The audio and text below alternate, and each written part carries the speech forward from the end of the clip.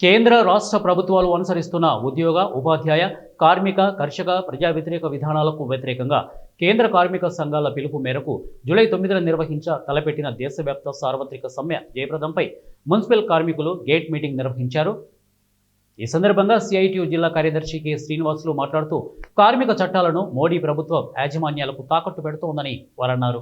ప్రభుత్వాలు అమలుస్తున్నటువంటి కార్మిక, కర్షక, ప్రజా వ్యతిరేక విధానాల్ని నిరసిస్తూ జూలై 9వ తేదీన దేశవ్యాప్తంగా ఉన్నటువంటి జాతీయ కార్మిక సంఘాలు ఇచ్చినటువంటి దేశవ్యాప్త సమ్మె పోరాటంలో కడప జిల్లా బద్వేలు మున్సిపాలిటీలో పనిచేస్తున్నటువంటి పారిశుద్ధ్య కార్మికులు, ఇంజనీరింగ్ కార్మికులు ఈ యొక్క సమ్మె పోరాటంలో భాగస్వామ్యం అవుతూ ఉన్నారు.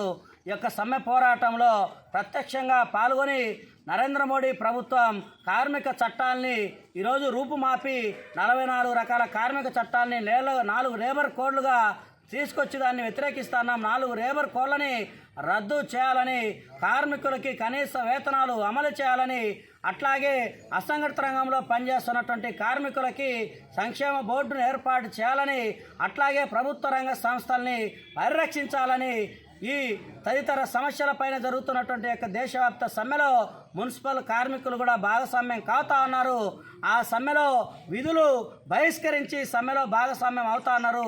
అందుకు అనుగుణంగానే ఈరోజు బద్వేలు మున్సిపాలిటీలో పనిచేస్తున్నటువంటి కార్మికులతో Badvel municipal workers and employees union CITU అనుబంధ సంఘం ఆధ్వర్యంలో గేట్ మీటింగ్ కూడా నిర్వహించడం జరిగింది. ఈ దేశవ్యాప్త సమ్మెతో పాటు మున్సిపల్ రంగంలో కూడా ఈరోజు కూటమి ప్రభుత్వం మన రాష్ట్రంలో కూడా పని గంటలు పెంచేదానికి 8 గంటల పనిని 10 గంటలు చేసేదానికి రాష్ట్ర క్యాబినెట్లో కూడా తీర్మానం చేయడాన్ని మున్సిపల్ యూనియన్గా మేము తీవ్రంగా అభ్యంతరం వ్యక్తం చేస్తున్నాం. 8 గంటల పని విధానాన్ని మన రాష్ట్రంలో కొనసాగించాలా కాదని చెప్పి ముందుగా వెళ్తే రానటువంటి కాలంలో కూడా పెద్ద ఎత్తున